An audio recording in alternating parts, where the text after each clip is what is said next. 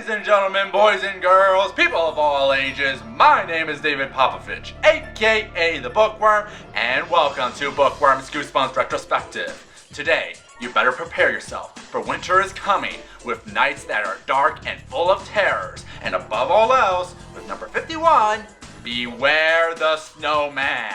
When the snows blow wild, and the day grows old, beware the snowman, my child, beware the snowman.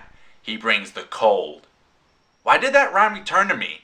Jacqueline has just moved with her Aunt Gerda from Chicago to the small village of Sharpia near the Arctic Circle, and has one of the saddest backstories I've ever seen in a Goosebumps book. Not only did she lose her mother when she was 5, but her father also disappeared when she was a baby.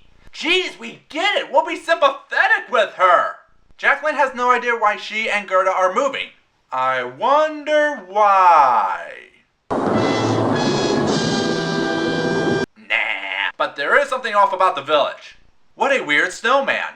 It had slender tree limbs for arms. The snowman had 2 dark round stones for eyes, a crooked carrot nose, and a downturned, sneering mouth of smaller pebbles.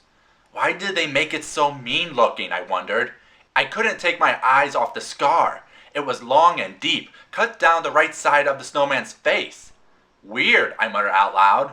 The village is filled with these evil-looking snowmen. Why? Soon Jacqueline learns about the village legend of an evil snowman monster. Stop laughing! Haunting the village from the mountains. If you meet the snowman, he called, you will never return. Totally nuts, I realized. Of course you wouldn't believe anyone. Seriously, would you believe in a killer Frosty? Oh my. Holy, oh my God! I do believe in Killer Frosty, I do believe in Killer Frosty, I do. Jacqueline begins to see her aunts starting to act weird, the neighborhood's creepy children telling her to stay away from the mountains, and eventually will face the snowman monster itself. I'm not a fan of this cover. I can't place it, but every time I look at the cover, it doesn't make me excited to read it. It has all the right elements for our Goosebumps cover. We have the evil snowman. Actually, that's it. We have a snowman, but nothing else. It feels so empty and lifeless. Look at that background. There's nothing but an empty blue space. Goosebumps covers are supposed to be scary, ominous, dramatic, and disturbing.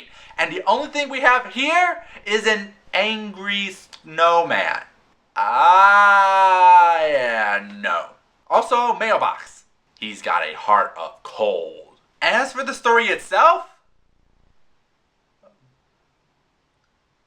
well, the first half is good.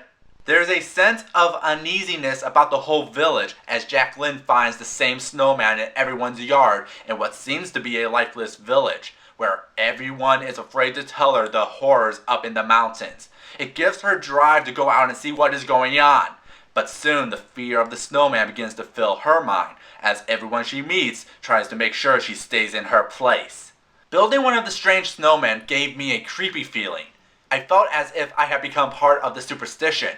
I was taking part in some kind of ancient village tradition. A tradition built on fear. But then we get to the third act. This time it isn't about something that's unexplained.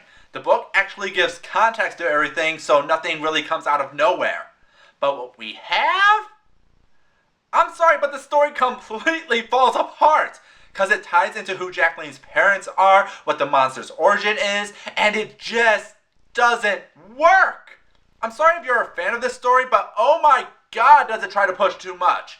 We start off with a simple village superstition about a snowman monster, only to lead to something that, even with context, comes completely out of nowhere, pushing your sense of disbelief over the edge, and I'm sorry, but this snowman? Not scary! Anything this book had going for it just doesn't pay off. And to top it all off, the book just feels lifeless and bland with nothing of interest. Hell, it makes you wish to read the other story about Killer Snowman. At least that one's good.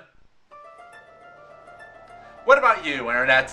What's your opinion about Beware the Snowman? Till next time, have a scary day.